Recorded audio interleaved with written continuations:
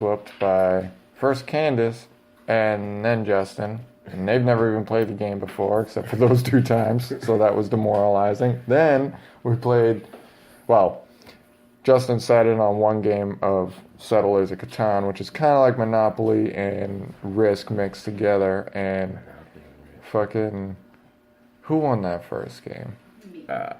Candace won that first game. And then we played quick, and Justin was like, he was basically dying of sinus AIDS or whatever was going on with your fucking nose that day. And he was like, I'm surprised he stayed up as late as he did because he looked like he couldn't breathe the whole night. He might as well have just been wearing an oxygen mask, like they're wearing fucking Rocky and shit like that. Or no, Creed. That's what the new one is. I haven't seen that one. You haven't seen that one? No. It's a pretty good one. It's like Rocky's son, or not Rocky's son. It's Creed's son. Apollo Creed's son. Yeah. Creed's son. And it's got who's the actor in that? Sarah Beth. Sarah Beth's here too. It's my girlfriend. That And Creed, Michael B. Jordan, right? Yes. Yeah, Michael B. Jordan. He's a good actor. But yeah, so we basically played board games all fucking night, and it got down to each one of us, other than Justin because he's passed out, each winning one game and then having to do a tiebreaker, and that tiebreaker was then again won by a person who gets to play the game once every time we come up and fucking visit. So Candace crushed us in that. Then the next day, we play Marvel Legendary, a deck building game. And at first, Candace was super pissed about it because I was over-explaining it. But then when she got the hang of it, guess who won that fucking game again? Candace won it. Again, it's like, this is a game me and Sarah Beth will play like for hours at a time. And she still whooped our ass. I mean, it's, it is what it is. But so you guys like New Bern? You like it more than Maine? Oh, yeah, man. Yeah. I see myself settling here for a long time anyway, till I buy another house. So when you say settling, you're going to go out into the woods like you used to do for work, cut down some trees, put up a cabin, start whittling everything. Stick build a cabin, dig a hole deep enough to find well water. Make sure nobody shits in that well water. Mm.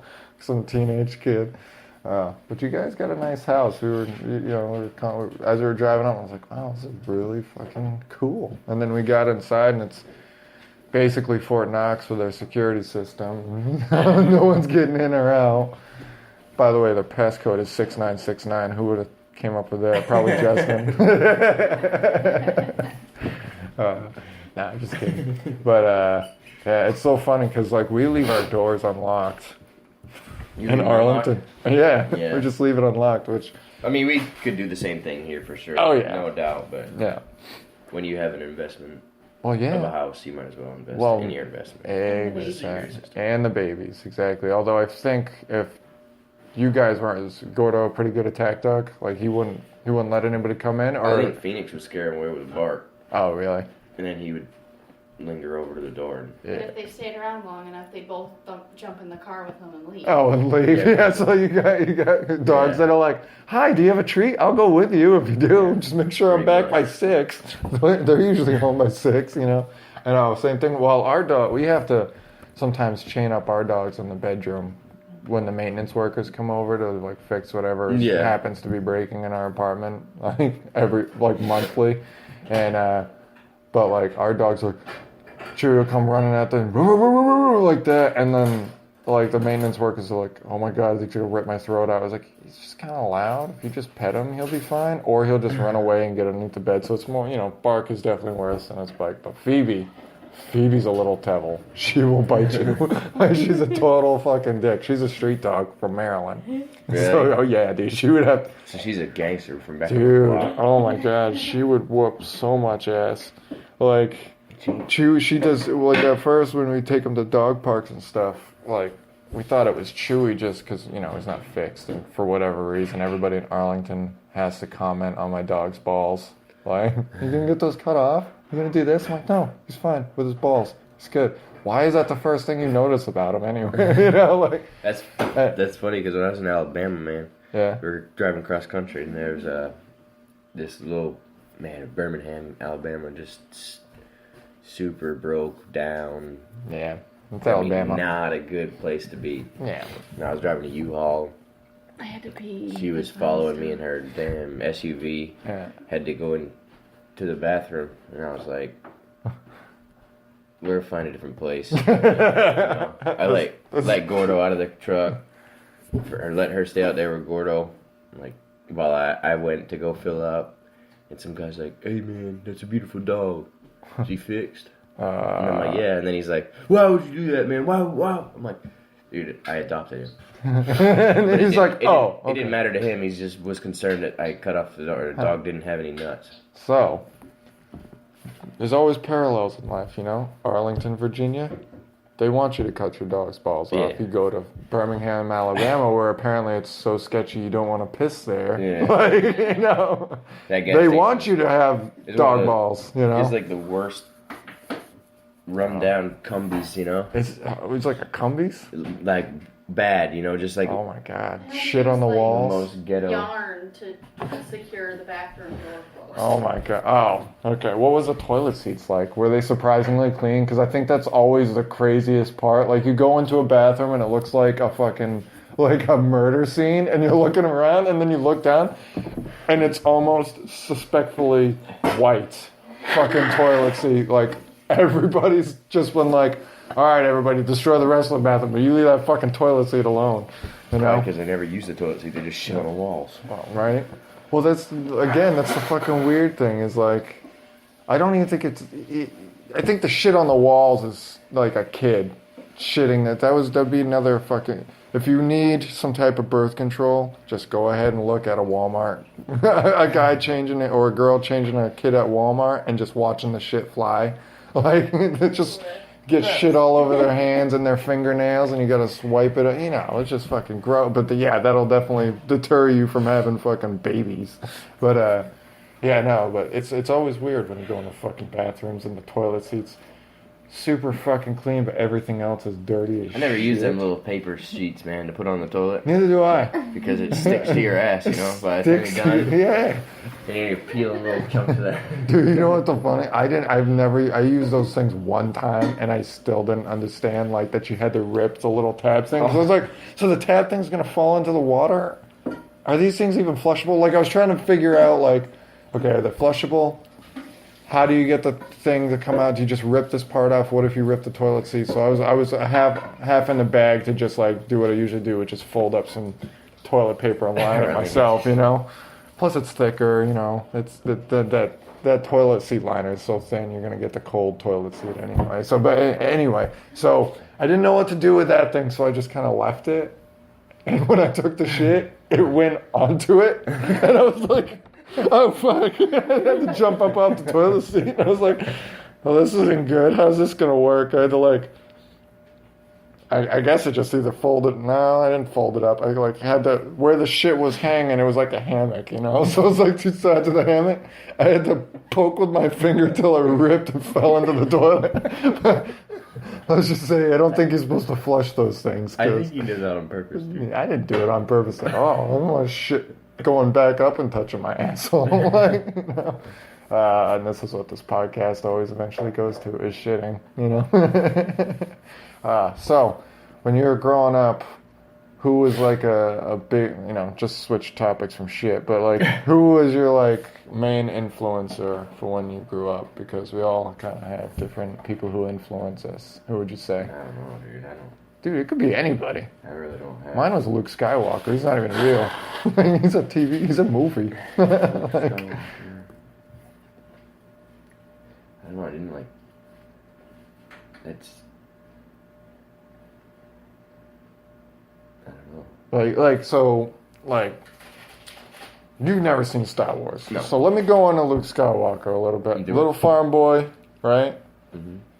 Moisture farmer on a desert planet. So he's fucking harvesting water, right? There's a galactic empire that kind of run the galaxy. He's living with his aunt and uncle because he doesn't know where his parents are. And he ends up meeting up with this old hermit that you find out is like the last knight type of person, but they have laser swords. So he's like a knight, but he's been watching over this kid, and he wants to take him off the planet to go join the rebellion to fight the Empire. Why is right? he not taken? Well, that gets later on into the story. You don't really find out about it, but until like later on. But so he wants to take him, and he's like, no, I don't want to do that. And then he's like, I'm going to go back and check on my uncle and aunt. And when he goes back, his uncle and aunt have been killed by the Empire because they were looking for droids that I forgot to mention. Anyway, so Luke's got a strong fucking character. And, like, you know, unlike most people, like my dad wasn't exactly, I mean, he was a terrible influencer, but he loved me a lot. So I was like, all right, I can dig that. You know, like, you know, he's making bad decisions, but, I mean, he wasn't no fucking role model as far as that goes.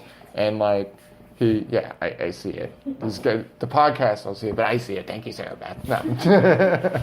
But so like I would look to him and be like, he was kind of like my moral ground. Like, yeah, don't fucking do that. Don't burn your aunt and uncle alive. You know, like that type of shit. So I don't know. you don't know. You didn't have like a football player or anything like that. Influential. Like somebody who you kind of like based your thought, because like. Can I tell you who I thought your influencer was? Yeah. Like when I first met you in like middle school? Yeah. Yeah. Sixth Eminem. grade. Eminem. I was Really? like, oh, that's Eminem right there. That guy. I was like, all I saw was 8 Mile. I was like, oh, okay. Not like what happened to Eminem, but that you were like, yo, dude, I'm gonna throw some beats on you. I'm gonna come at you with some confidence. Like I was like, hey man, let's just chill the fuck out. Eminem. I didn't listen to a lot of Eminem, dude. Curtain Call album. Dude, you know what's so fucking funny is the one big memory from middle school wasn't like getting my first girlfriend, wasn't getting nothing. Remember that guy who came and did the Dance of Revolution? Yeah, dude. For us? Yeah. Right? I like show that video to everybody. I guess this is what influenced me in being like, yeah, this might be why he likes Eminem so much, is because, you know, he's going through all the different dances and then he gets to the Eminem song, Lose Yourself, and I'm sitting like next to you on these old wooden fucking benches, and I just hear this boom, jump up, and you're like, yeah, like rocking out to it, and I was like, oh, okay, some shady, like, all right, yeah, you know. So that's where I thought it. So, you know, that's or I guess like any Patriots fan, because between you and Matt Verrier, I mean, I used to wear Yankees jerseys. You guys be fuck you wearing that? Dude, you had all kinds of shit, man. You had like a Raptors jersey, dude. You had damn Phoenix Suns. Yeah, you had all these random jerseys every time. Yeah, it would be like Jersey Day, and you get like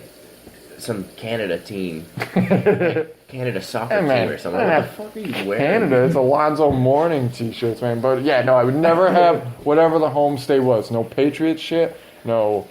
Nothing, even in the Northeast region, dude.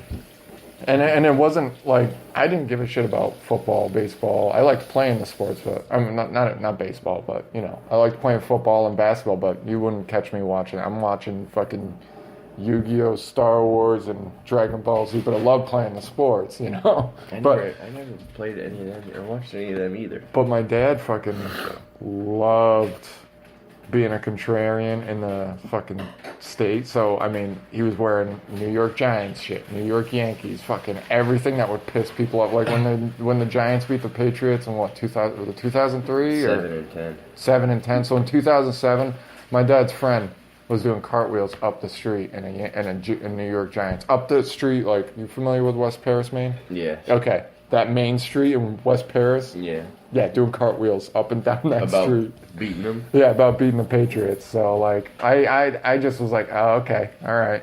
I mean, my grandma really loved, well, she was a big influencer on my life, too. She kind of gives me that carefree attitude. Like, yeah, just kind of let things roll off, you know?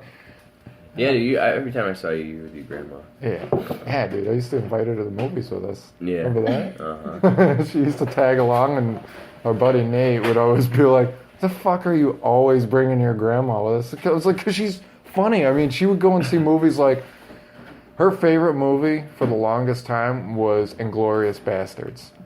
Like, she's like, I love that movie where those Americans go in and kill the Nazis, and that French Jew murders, she didn't say Jew, but like, she was like, that French Jewish lady would like, fucking get back at all the Nazis who murdered all of her family. You just like renounced the word Jew. No, I didn't. It's still Jew.